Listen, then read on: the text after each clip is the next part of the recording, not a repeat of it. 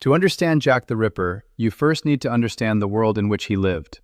London in 1888 was the largest city on Earth. More than 5 million people crowded its neighborhoods. The city was the heart of the British Empire, an empire so vast that people proudly claimed the sun never set upon it. Magnificent government buildings stood alongside luxurious mansions. Banks grew richer every year. Factories produced goods that were shipped across the world. But behind this image of wealth lay another London, a darker London, a forgotten London. Just a few miles away from Buckingham Palace stood Whitechapel. Here, poverty was everywhere. Families of 8 or 10 people often lived in a single room. Many homes lacked running water. Disease spread rapidly. Tuberculosis, cholera, and typhoid killed thousands. Children worked long hours in factories, while others begged in the streets. Alcoholism was common, and crime was even more common. According to police reports, thousands of homeless people wandered Whitechapel every night. Many slept in overcrowded lodging houses. For just 4 pennies, someone could rent a bed. If they couldn't afford that, they slept outside. Violence became part of daily life. The police had far too few officers to patrol every alley. Street gangs controlled entire neighborhoods. Pickpockets targeted anyone carrying money. Murders happened regularly. But none would compare to what was about to happen. One of the greatest myths surrounding Jack the Ripper is that he targeted random women. The truth is much more tragic. Most of his victims lived in extreme poverty. Many had once lived ordinary lives. Several had families, children, and dreams. But life in Victorian England could be unforgiving. A husband could die from illness. A job could disappear overnight. One unpaid rent bill could push someone into homelessness. For many women, survival meant taking whatever work they could find. Some cleaned houses, some sold flowers, some washed clothes. Others turned to prostitution, not because they wanted to, but because it was often the only way to earn enough money for a meal or a bed for the night. Many victims of Jack the Ripper fit this tragic pattern. They were not simply names in a police report. They were human beings, people who laughed, people who loved, people who hoped tomorrow would somehow be better. History often remembers Jack the Ripper, but it should also remember the women whose lives were stolen. As the sun disappeared behind London's rooftops, Whitechapel transformed. Streetlights were few. Most alleys remained almost completely dark. Heavy fog mixed with coal smoke. Visibility sometimes dropped to only a few feet. Criminals knew every shortcut, every hidden passage, and every abandoned courtyard. Police officers carried whistles instead of radios. If they needed help, they blew the whistle and hoped another officer was close enough to hear. Many weren't. Night patrols usually worked alone. This gave criminals enormous freedom. Witnesses rarely saw anything, and if they did, the darkness hid faces. This environment created the perfect hunting ground. A killer could attack quickly, disappear into the maze of streets, and vanish forever.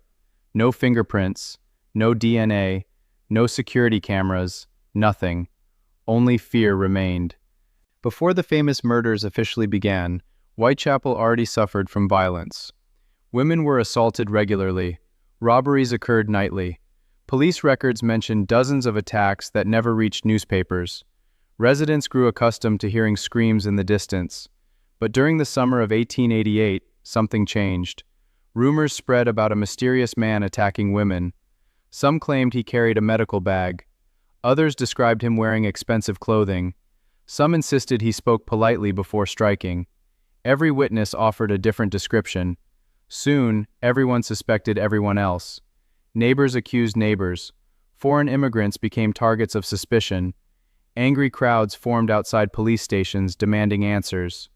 Journalists sensed an opportunity. Newspapers competed fiercely for readers. Every new rumor became tomorrow's headline. Every anonymous letter became front-page news. Some reports exaggerated the truth. Others simply invented details. Fear sold newspapers, and business was booming. The Metropolitan Police had never faced anything like this. Detectives relied almost entirely on witness statements. There were no forensic laboratories. Blood typing had not yet been invented. DNA analysis was nearly a century away. Even preserving crime scenes was inconsistent. Curious crowds often contaminated evidence before investigators arrived. Officers searched for footprints, clothing fibers, and personal belongings, but little remained. The killer appeared incredibly careful, or incredibly lucky. Some investigators believed they were hunting an experienced criminal. Others thought the murderer simply understood Whitechapel better than the police. Every failed investigation increased public frustration. The newspapers began criticizing Scotland Yard daily. Citizens demanded arrests. Politicians demanded results. But the killer remained invisible. Late August 1888. The weather had begun cooling. Whitechapel's streets filled with laborers returning home after long factory shifts.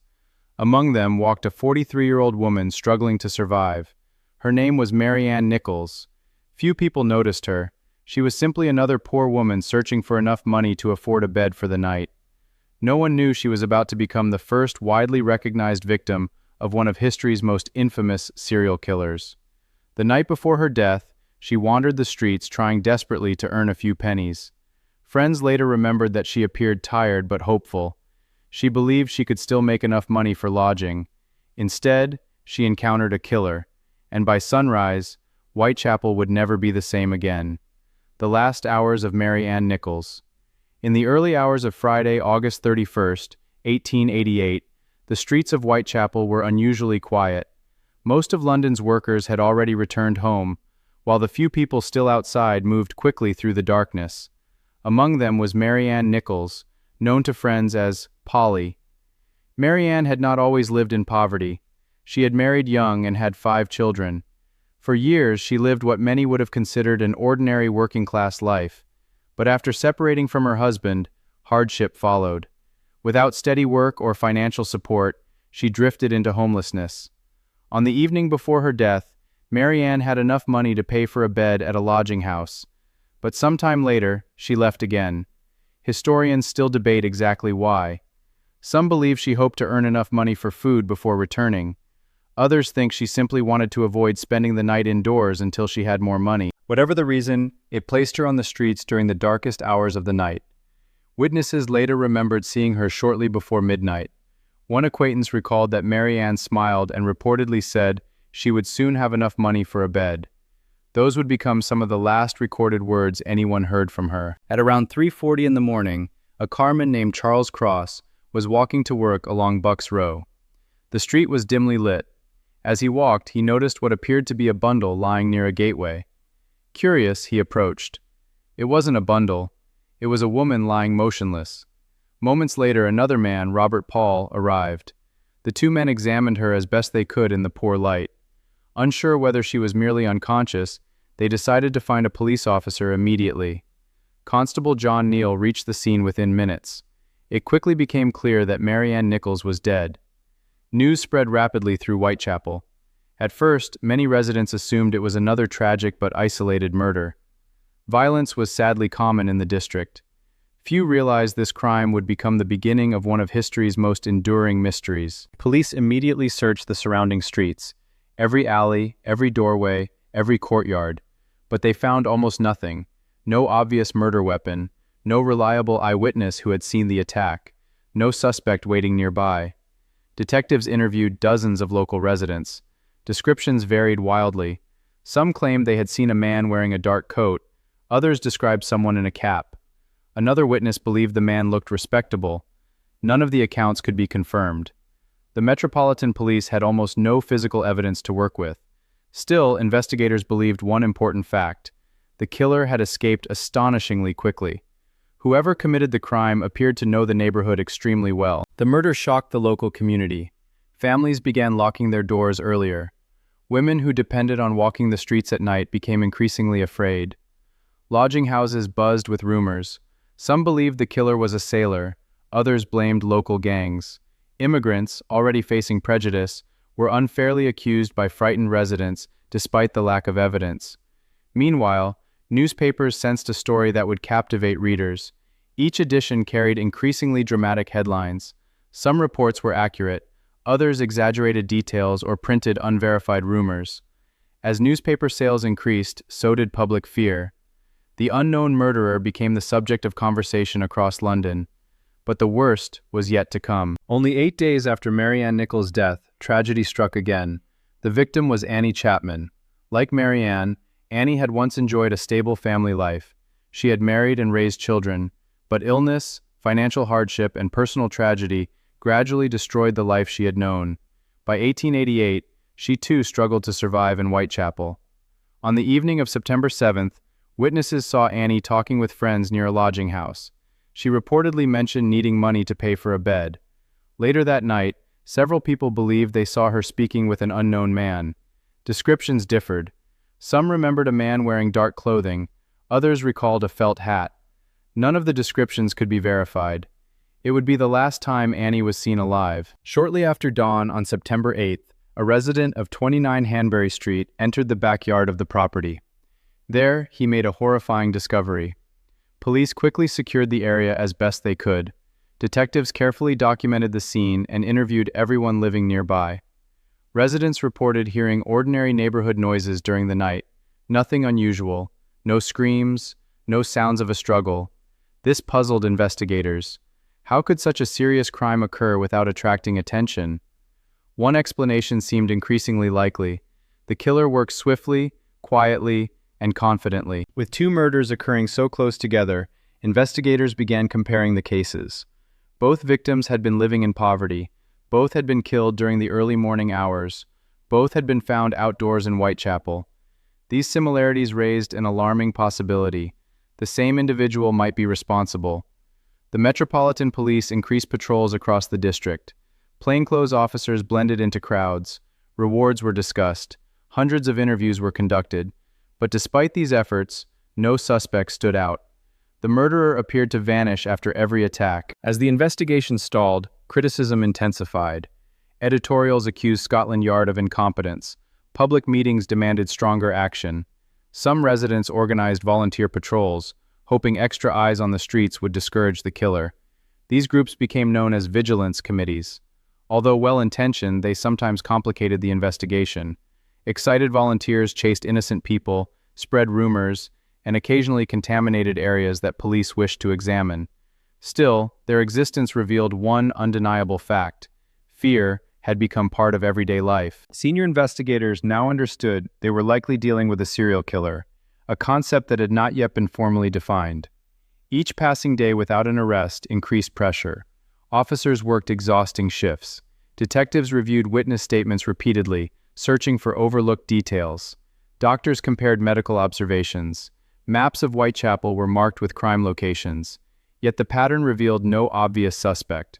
The killer seemed to strike when opportunity presented itself, leaving investigators one step behind every time. Without answers, speculation exploded. Some people believed the murderer was a doctor because of the apparent precision of the attacks. Others argued he must have been a butcher, accustomed to working with knives. Still others insisted he was a sailor who arrived and departed with the ships. Each theory gained followers. None could be proven. The mystery itself became almost as powerful as the crimes. Stories grew with each retelling. Facts blended with fiction. By September 1888, nearly everyone in London had heard about the unidentified killer haunting Whitechapel. They simply didn't yet know the name history would remember forever. For a brief period after Annie Chapman's murder, the streets fell quiet. Police hoped the increased patrols had frightened the killer away. Residents cautiously returned to their routines. Newspaper coverage continued daily, but without another attack, some believed the nightmare might finally be ending. It wasn't. The silence was temporary. Before the month was over, Whitechapel would witness one of the most shocking nights in criminal history. A night so extraordinary that it would later be remembered as the double event. And somewhere amid the fear, the unknown murderer would receive the name that would echo through history: Jack the Ripper. A city holding its breath. By the final week of September 1888, Whitechapel no longer felt like an ordinary London neighborhood. Every unfamiliar face attracted suspicion. Shopkeepers watched customers more carefully. Parents urged their children to come home before sunset. Women who depended on walking the streets at night often traveled in pairs whenever possible. Police patrols had increased dramatically. Uniformed officers marched through the district. Plainclothes detectives blended into crowds. Members of local vigilance committees patrolled the streets carrying lanterns, convinced they might be the ones to catch the killer. Yet despite all these precautions, Many investigators worried that the murderer was watching them. He had escaped twice already. If he struck again, would anyone be able to stop him? No one knew that the night of September 30th, 1888, would become one of the most infamous dates in criminal history. Elizabeth Stride. One of the women walking through Whitechapel that evening was Elizabeth Stride. Born in Sweden in 1843, Elizabeth had moved to London years earlier in search of opportunity. Like several of the previous victims, her life had been marked by hardship. She had worked as a domestic servant and later married, but the marriage eventually broke down. Financial struggles followed. By 1888, she often relied on lodging houses and occasional work to survive. Friends described her as polite and generally well-liked. She was known to keep herself as neat as circumstances allowed. On the evening of September 29th, witnesses saw Elizabeth several times. She appeared calm. At different moments, she was reportedly seen talking with different men. Their descriptions varied. One witness remembered a man wearing a dark overcoat. Another recalled someone carrying a small package. Police could never determine whether any of these individuals had actually been with Elizabeth shortly before her death. Dutfield's Yard. At approximately 1 a.m., a horse-drawn cart entered Dutfield's Yard off Burner Street. The driver noticed something lying near the entrance. When he looked closer, he realized it was the body of a woman. Police officers quickly arrived and secured the scene. Unlike the previous cases, investigators noticed something unusual. Several witnesses reported hearing very little disturbance before the discovery. Some believed they had seen Elizabeth with a man only minutes earlier. If those reports were accurate, the attack must have happened incredibly quickly. Another detail puzzled detectives. Because the killer may have been interrupted, some investigators believed he had fled before carrying out the actions seen in the earlier murders.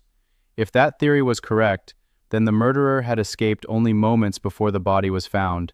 Perhaps he was still somewhere nearby. Police spread through the surrounding streets, searching every alley and courtyard, but once again, the killer was gone. The second murder. While officers were still investigating the death of Elizabeth Stride, another tragedy unfolded less than an hour later. Roughly 3/4 of a mile away, in Mitre Square within the City of London police jurisdiction, another woman crossed paths with her killer. Her name was Catherine Eddowes. Catherine was 46 years old. She had experienced years of poverty, but was remembered by many as intelligent and quick-witted. Earlier that evening, police had briefly taken her into custody because she was intoxicated in a public place. After she sobered up, she was released. Before leaving, she reportedly joked with the officers. It was the last confirmed conversation she would ever have. Shortly afterward, she walked toward Mitre Square. Sometime before dawn, a police officer on his regular patrol entered the square. There he discovered Catherine's body. The realization struck investigators almost immediately. Two women had been murdered within roughly an hour of one another. The newspapers would soon give that terrifying night a name: the double event. Panic reaches its peak. News of the double event spread through London at astonishing speed. People who had believed the increased police presence would stop the killer suddenly lost hope. If anything, the murders suggested the opposite. Despite hundreds of officers on patrol, the killer had struck twice in one night. Editorials questioned whether the police were capable of protecting anyone. Public confidence collapsed.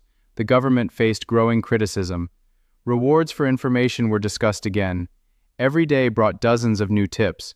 Some people sincerely believed they had seen the murderer.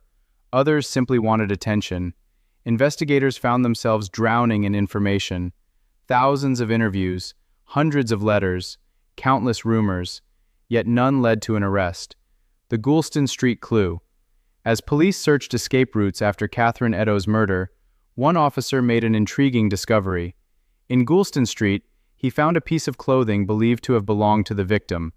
Above it, written on a nearby wall in chalk, was a mysterious message. The wording has been debated because different officers recorded it slightly differently, but it is commonly remembered as, "The Jews are the men that will not be blamed for nothing." The meaning remains uncertain. Some investigators believe the writing had nothing to do with the murders. Others thought the killer had written it. There was another concern. At a time when anti-Semitic tensions already existed in parts of London, officers feared the message could trigger violence against Jewish residents. Before daylight, The writing was erased on the orders of senior police officials. That decision remains controversial even today. Some historians argue valuable evidence may have been destroyed. Others believe removing the message prevented riots. The truth can never be known. The letter that changed everything. Just as investigators struggled to make progress, an extraordinary letter arrived at the Central News Agency. It began with the words, "Dear Boss." The anonymous writer mocked the police. He claimed responsibility for the murders. He joked about avoiding capture. Most importantly, the letter ended with a signature that had never been seen before, Jack the Ripper. At first, many police officers dismissed the letter as a hoax created by someone seeking attention. That seemed reasonable. Hundreds of false letters were arriving every week. Yet newspapers quickly published the signature. Almost overnight, the unidentified murderer had a name. It was memorable, it was terrifying, and it spread around the world. Even today, more than a century later, those three words remain among the most recognizable names in criminal history. Fact or hoax? Modern historians continue to debate whether the Dear Boss letter was genuine. Some believe it was written by a journalist hoping to sell newspapers. Others argue it came from an ordinary prankster. Still others wonder whether the killer truly authored it. There is no definitive answer. What is certain is its impact. Before the letter, newspapers referred to the unknown murderer using many different names. Afterward, there was only one, Jack the Ripper. The name transformed the investigation into an international sensation. Readers across Europe and North America followed every development. The murders were no longer just London's problem. They had become one of the world's biggest news stories. A flood of suspects. With the killer still unidentified, suspicion spread in every direction. Doctors were questioned, butchers were questioned, barbers, sailors, foreign laborers, local shopkeepers. Even respectable businessmen found themselves under suspicion. Some innocent people were followed by angry crowds. Others were reported to police simply because they behaved strangely. Detectives worked tirelessly to eliminate false leads, but every promising clue eventually collapsed. The murderer continued to evade capture. Fear becomes legend. By October 1888, something remarkable had happened. Jack the Ripper had become more than a criminal. He had become a legend. Children whispered stories about him. Newspapers competed to publish exclusive details. Artists drew imagined portraits of a man no one could identify. People claimed they had seen him everywhere. Some insisted he wore a doctor's coat. Others pictured him dressed like a wealthy gentleman. No verified photograph existed. No confirmed description existed. The mystery itself became part of the story. The less people knew, the more terrifying he became. The investigation continues. Scotland Yard refused to give up. Senior detectives reviewed every witness statement again. Maps were updated. Patrol routes were expanded. Informants were paid. Surveillance increased around lodging houses and late-night gathering places. Still, one difficult question haunted every investigator. If Jack the Ripper had already killed 4 women, who would be next? Sadly, the answer would arrive just over a month later. The final, widely accepted victim would die under circumstances so shocking that the case would become permanently etched into history. After the double event on September 30th, 1888, Whitechapel entered an uneasy period of silence. Days turned into weeks. For the first time since the murders began, there were no confirmed attacks linked to the mysterious killer. Some people dared to believe the nightmare was over. Perhaps the murderer had left London. Perhaps he had been arrested for another crime under a different name. Perhaps the intense police presence had frightened him into stopping. But experienced detectives were not convinced. Inspector Frederick Aberline, one of the Metropolitan Police's most respected investigators, reportedly believed the killer had simply disappeared into the ordinary life of London. The police maintained their patrols. Hundreds of officers continued walking the narrow streets each night. Plainclothes detectives watched lodging houses, pubs, and markets. Still, every sunrise came without an arrest. The killer had vanished, or so it seemed. Among the women living in Whitechapel was Mary Jane Kelly. Unlike the other canonical victims, much of her early life remains uncertain. Some accounts suggest she was born in Ireland, others claim Wales. Even her exact age is debated, though many historians believe she was about 25 years old. Friends described her as attractive, cheerful, and capable of brightening a room despite the hardship surrounding her. She often sang songs in the evenings. She dreamed of a better future. Like many people in Whitechapel, she struggled with poverty. At times, she earned money through casual work and by renting a small room at 13 Miller's Court. Unlike previous victims, Mary Jane had a private place to sleep. That difference would make her case unique. On the evening of November 8, 1888, Mary Jane Kelly was seen by several acquaintances. One friend recalled speaking with her outside her room. Another neighbor later remembered hearing her singing sometime during the night. These witness accounts have become an important part of the investigation, though historians continue to debate their exact timing and reliability. At some point after midnight, Mary Jane returned to her room. She was not alone for long. Whether she invited someone inside voluntarily, or whether events unfolded differently, remains unknown. The locked room concealed the answer. No one would know what had happened until the following morning. On the morning of November 9th, a landlord's assistant arrived to collect overdue rent. Receiving no answer, he looked through the window. What he saw sent shockwaves through Whitechapel. Police were summoned immediately. Unlike the previous crime scenes, this murder had taken place indoors. For investigators, this created both opportunities and challenges. The room contained more potential evidence than an outdoor street. Yet despite careful examination, detectives still failed to identify the killer. There were no fingerprints that investigators could use. No DNA technology existed. No reliable method of determining exactly who had entered the room. The mystery deepened once again. Many historians consider Mary Jane Kelly the fifth and final canonical victim of Jack the Ripper. The term canonical five refers to the 5 murders most experts believe were committed by the same offender: Mary Ann Nichols, Annie Chapman, Elizabeth Stride, Catherine Eddowes, and Mary Jane Kelly. Other murders from the same period have occasionally been linked to Jack the Ripper. However, evidence connecting those cases remains uncertain. Some researchers believe the killer claimed additional victims. Others argue that only these 5 murders share enough similarities to confidently attribute them to the same individual. Because definitive proof has never been found, the debate continues. Not long after Mary Jane Kelly's murder, another disturbing communication reached investigators. Unlike the earlier "Dear Boss" letter, this one began with the words, "From hell." The anonymous writer claimed responsibility for the murders and taunted the authorities. The letter became infamous because it was accompanied by a small package said to contain part of a human kidney. Whether the kidney actually came from one of the victims has never been conclusively proven. Medical experts of the time disagreed. Some believed the package might be genuine, others suspected another elaborate hoax.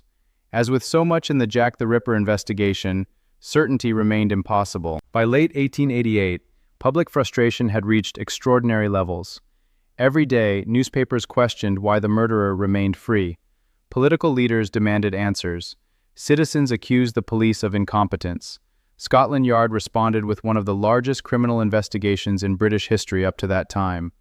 Thousands of people were interviewed. More than 2,000 individuals were questioned. Hundreds of homes and lodging houses were searched. Investigators followed countless leads, some promising, most disappointing.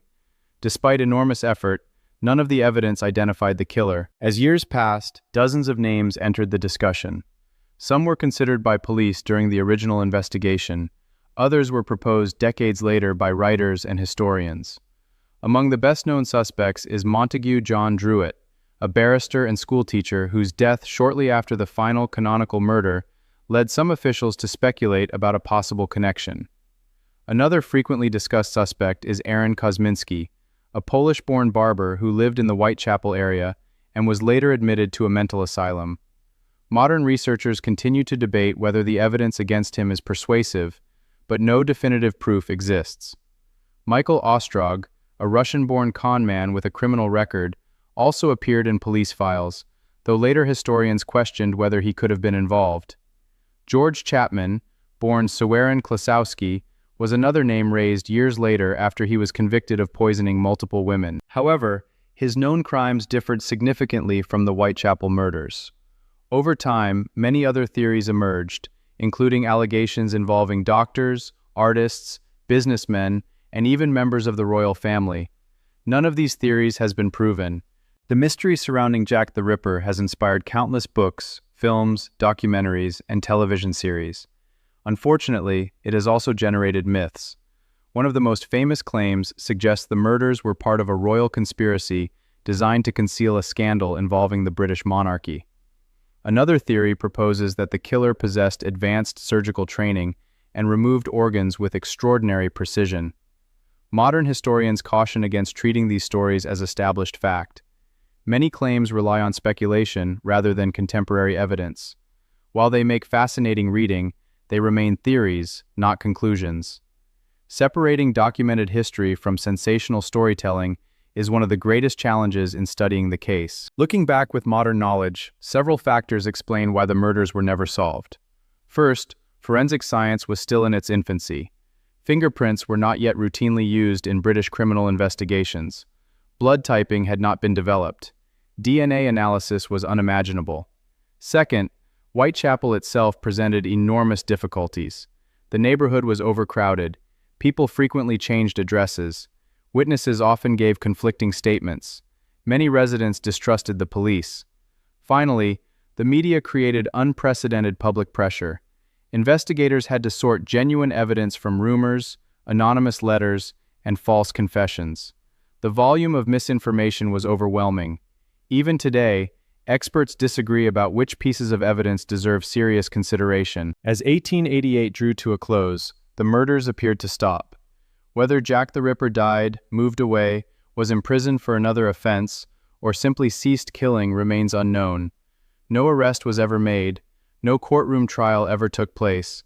No official solution has ever been accepted. Instead, the case entered history. With every passing generation, new researchers examined old police files. New books appeared. New suspects emerged. Advances in forensic science encouraged fresh investigations. Yet, despite more than a century of research, the identity of Jack the Ripper remains one of history's greatest unsolved mysteries. After the death of Mary Jane Kelly on November 9, 1888, the series of murders most historians attribute to Jack the Ripper came to an abrupt end. To the public, the silence was almost as frightening as the crimes themselves. How could a killer who had terrified the world's largest city simply disappear? Several possibilities were discussed at the time, and they are still debated today. Perhaps the killer died. Perhaps he was arrested for an unrelated crime. Perhaps he entered a mental institution. Or perhaps he left London and began a new life somewhere else, never attracting attention again. No official record has ever confirmed any of these possibilities. The truth remains unknown. Although the murders ended, the investigation never truly did. For years, detectives revisited witness statements, compared reports, and followed new leads whenever they appeared. Retired officers wrote memoirs describing the investigation. Some claimed they had known the identity of the killer all along. Others admitted that the case had defeated them completely. These conflicting accounts only deepened the mystery. As decades passed, original witnesses died, evidence disappeared, and memories faded. Every lost document made solving the case even more difficult. By the 20th century, the Jack the Ripper case had become its own field of study. Researchers, historians, archivists, and amateur detectives began examining every surviving document related to the murders. This community became known as Ripperologists. They searched through police reports, newspaper archives, census records, coroner's reports, personal letters, court documents, and hospital records. Some researchers devoted entire careers to the mystery. Even today, conferences, books, and documentaries continue to explore the case from new angles. Despite thousands of hours of research, no single theory has gained universal acceptance. If the Whitechapel murders happened today, investigators would have access to tools unimaginable in 1888. Modern detectives would search for DNA evidence, fingerprints, surveillance camera footage, mobile phone data, digital financial records, geographic profiling, and advanced forensic pathology. These technologies have solved countless cold cases around the world. Unfortunately, almost none of them can be applied reliably to the Jack the Ripper investigation. Most physical evidence has been lost. Crime scenes no longer exist in their original condition. Items handled by hundreds of people over more than a century are vulnerable to contamination. As a result, modern forensic conclusions must be treated with caution. Perhaps the most controversial modern development involves claims of DNA testing.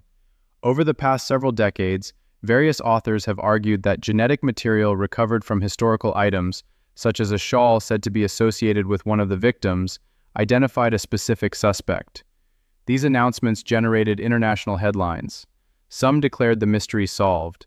However, many forensic scientists and historians strongly disputed those conclusions. Critics pointed to several concerns. The documented history of the item is uncertain. The object may have been handled by many people over generations. Independent verification has been limited, and ancient DNA analysis is highly vulnerable to contamination. Because of these issues, there is no broad scholarly consensus that any DNA claim has definitively identified Jack the Ripper.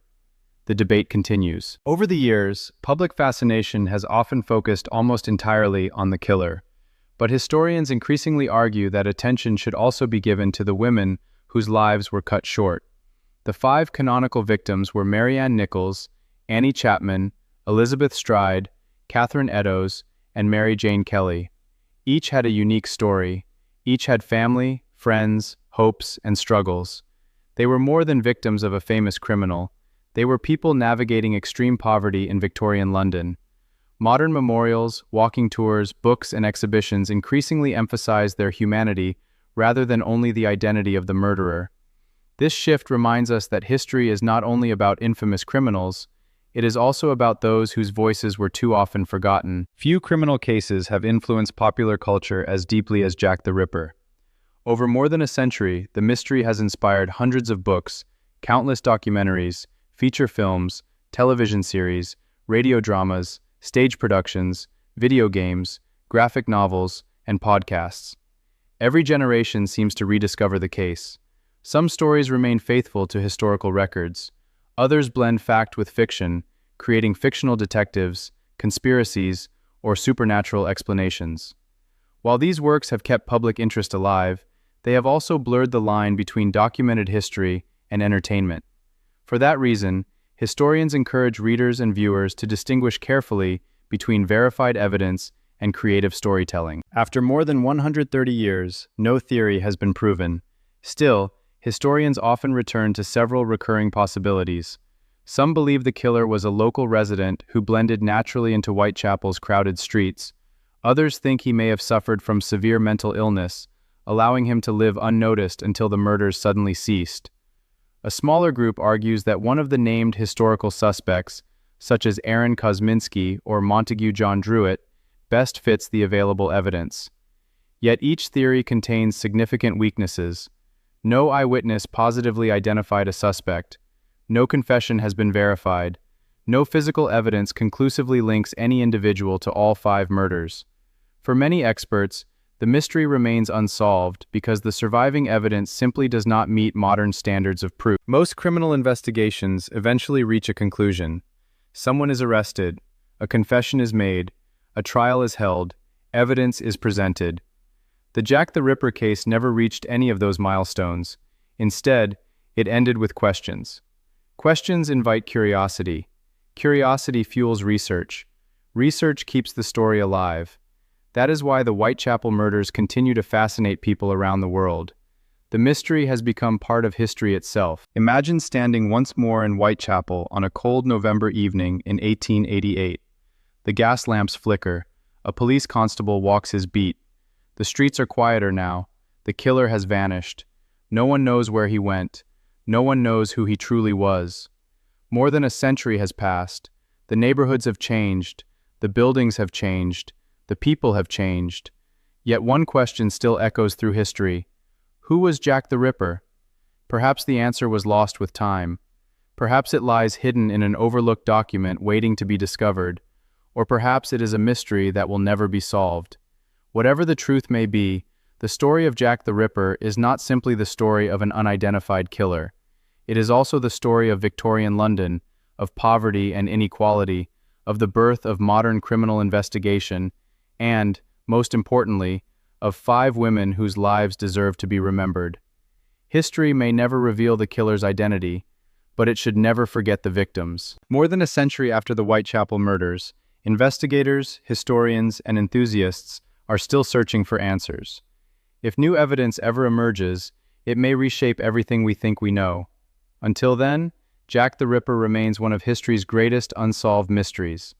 If you enjoyed this documentary and want more deeply researched true crime stories, consider subscribing and turning on notifications so you don't miss future episodes. And now we leave you with one final question. Do you believe Jack the Ripper's identity will ever be discovered, or has the truth been lost forever? Let us know your thoughts. Thank you for watching.